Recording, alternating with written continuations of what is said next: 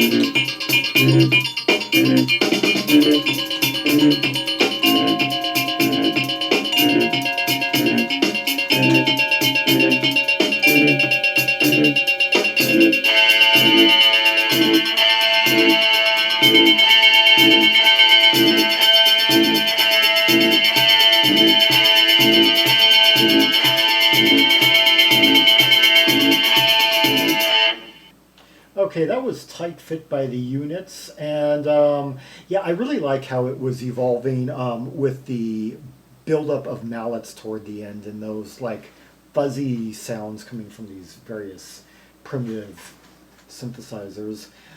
It began with this sputtering noise amid the slow ascending bass line that formed the main structure of the track, and this industrial machine-like drum pattern, and this like glockenspiel figure running at first really muted, but would ultimately run throughout the track. And then around the 1 minute mark was hammering on this monochordal riff for a number of bars before returning to the main theme of the track proper, this time with a heightened rendering of the metal mallets. And a counter melody emerged with distorted horn-like synth tones, interacting with some pipey sounds amid controlled cymbal spray and repetitive that glockenspiel pattern running throughout, complemented toward the end by vibraphone tones. Just first kind of very economical, and then starting to interact a bit more with that glockenspiel, and then those cruder, distorted tones coming in, signaling the end of the track. Yeah, overall, kind of a factory-like feel with some Zolo-y undertones and such, and a use of primitive, like analog keyboards and such, to produce sounds that in the day I imagine some of which were probably quite difficult. Took a lot of know-how with those instruments to get them before the days of sampling. Anyway, yeah, the Unit's basically a three-piece Bay Area band that is sometimes compared to Devo from around this period, more like a leaner, kind of lo-fi, some parallel anyway. Let's hear another track from the album, the closing instrumental epic Cowboy.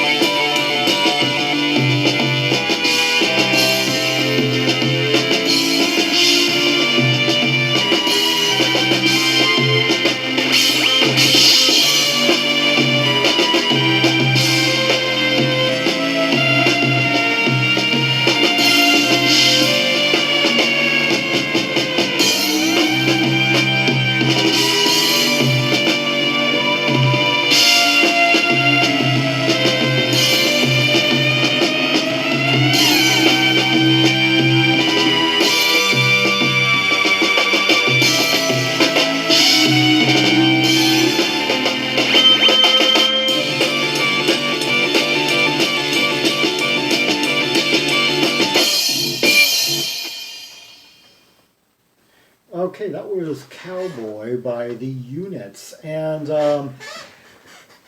over the course of about 5 minutes, it was like kind of like a two-parter, really. The first 3 minutes, anyway, this like windy ocean sound, primitive ambient melody emerging from it within the first minute, and over this like rhythmless mist, creating kind of like a lo-fi take on the Berlin School.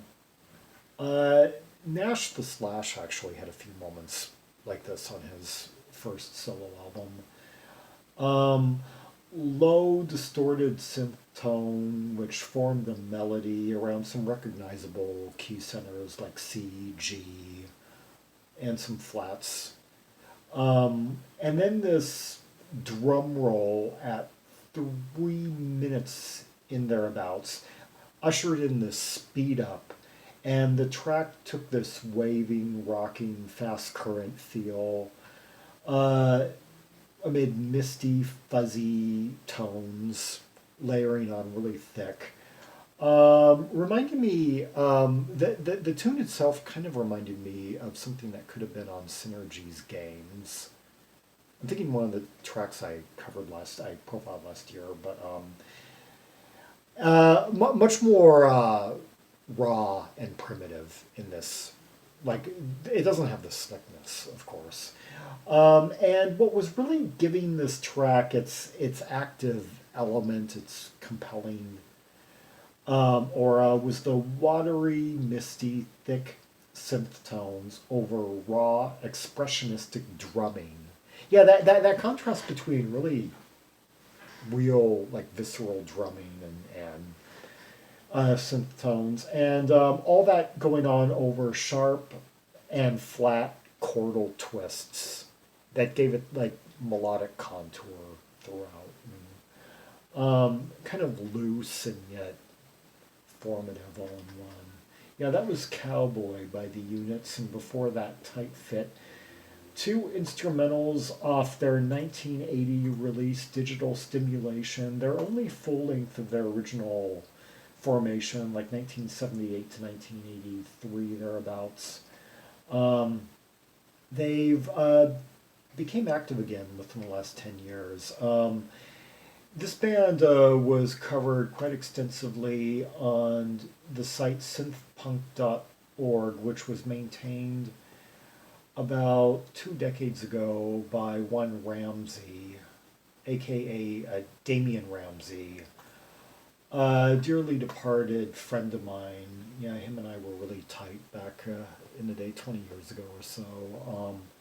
He died in 2007 of stomach cancer at age 28. But he profiled this band, he profiled the Screamers and a few others. And so some good work there, and his site is still active, synthpunk.org. Go check that out.